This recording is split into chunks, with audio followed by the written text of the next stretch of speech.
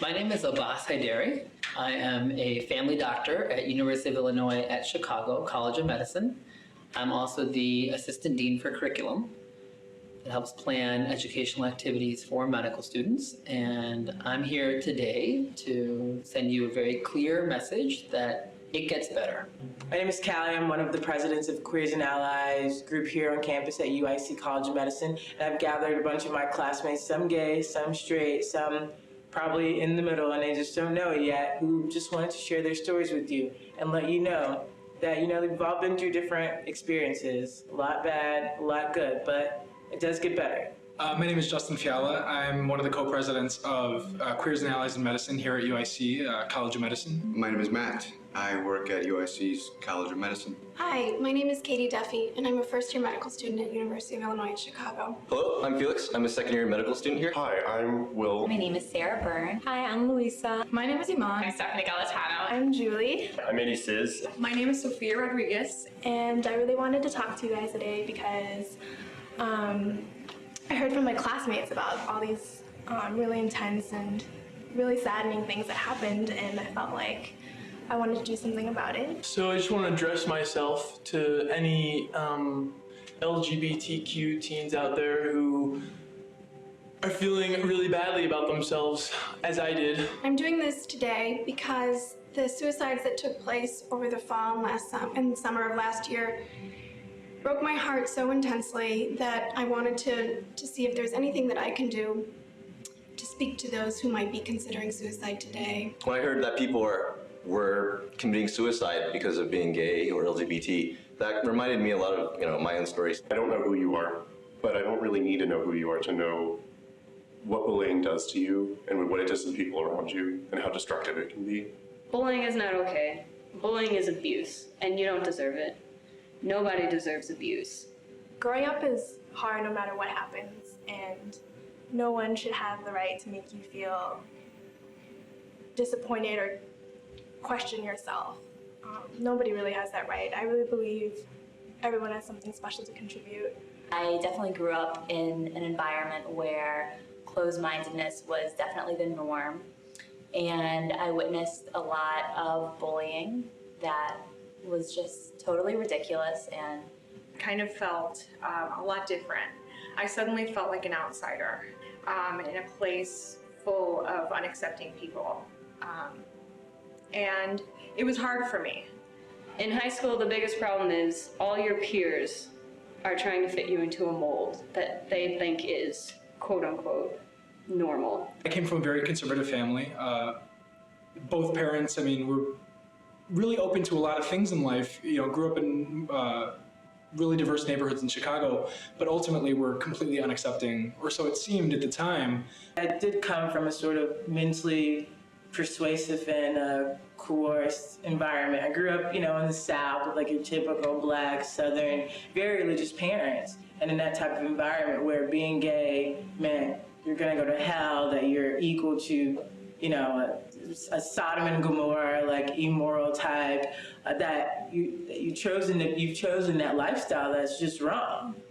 I think early on in my life, I knew that I would never fit my parents' expectations, which were pretty important to me at the time. That was kind of my world for so long. I knew I'd never be able to fulfill their expectation, because I was gay, and that just wasn't something that was part of, their even worldview at the time. While I might have, came out to friends along the way and teachers and people that I felt really comfortable with, family represented a really high barrier for me in terms of when I would be ready to come out to them. In terms of my experience, my parents found out that I was gay. I didn't actually get the opportunity to tell them. So if you have that opportunity, you're very lucky just to begin with. And basically I was rejected by both of them. Things have gotten better since, but the whole point is that since the people that were closest to me, they're literally the loves of my life, my parents. I totally respect them, I feel for them. And that was probably one of the worst feelings I've ever felt in my life. And I actually wanted to die. But coming out of that, I realized that nothing can possibly hurt me that much. I actually did try to hurt myself, even as early as when I was like 11 or 12. That was kind of the turning point when I actually tried to kind of hurt myself. I realized, oh wow, all of a sudden I really liked life. I grew up on Chicago's Northwest Side, and I was the only person I knew that I was gay, and it wasn't too great at the time either. But I knew that I had family that I could rely on, and I had friends that I could rely on. And we think that people won't accept us. I'm living proof that people will. Even the people that, you know, you're really afraid, you love them the most, you're most afraid of their rejection, can really surprise you. You know, that back then we didn't have It Gets Better videos or whatever, but I was lucky to have very supportive parents who did give me advice on this.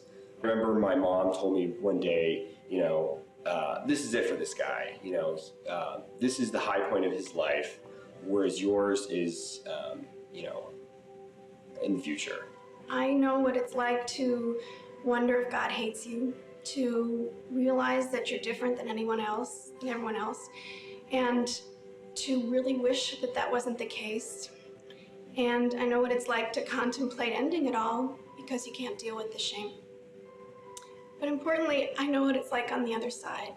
Sort of gradually got a little better and a little better. I went to college and I found people who were like me. You know, I found a circle and I realized that even if I didn't get that from my home environment, even though my parents very much loved me and they still do today, I did realize that there are some people out there. It took me about 4 years to realize that I was gay, and then I've been out for 8 years, and that's been a long road too.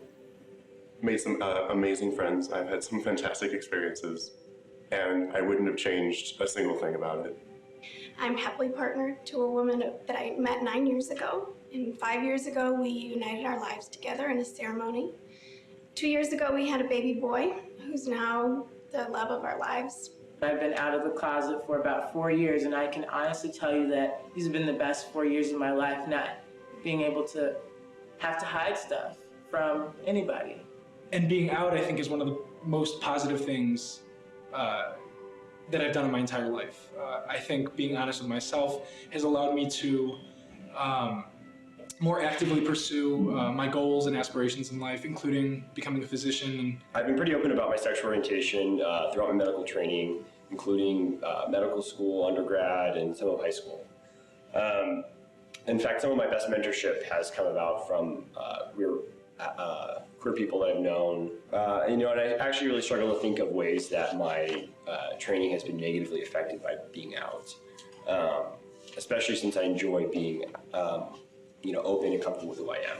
Take a second and think about how great you are as a person and how wonderful it's going to be to find other people who embrace you and all that you are and how special you are and what you have to offer. The whole world isn't going to hate you or be disappointed in you because you're gay. Only the ignorant part will. And those are people that, even if you were their ideal person, you would never ever be able to please them enough.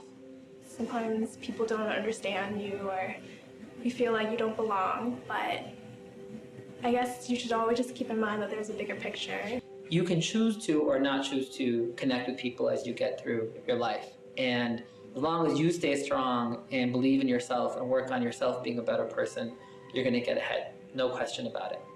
And I think as you grow and you meet new people, and maybe you have to leave the communities that you grew up in, maybe you have to make new friends, maybe you have to leave people behind. I just want everybody to know that when you become an adult, you have that option.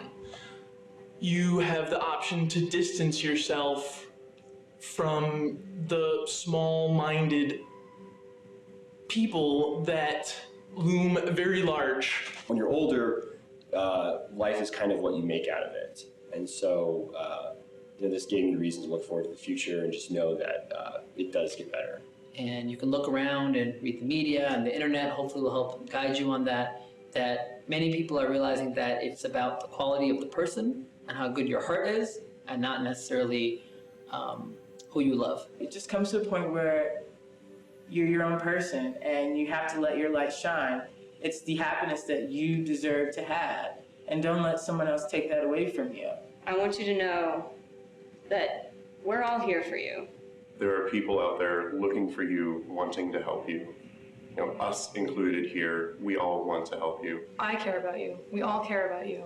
You are special. People love you. And love you for who you are.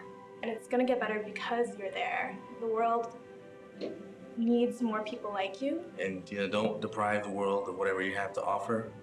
Know that you're not alone, and know that the tide is changing quite a bit. So don't be afraid. It will get better.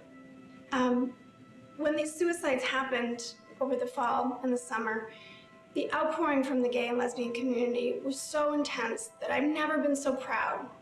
And what's more is this is your community too. And hopefully someday soon we'll be able to welcome you. So stick around. You're worth it, and we're worth it.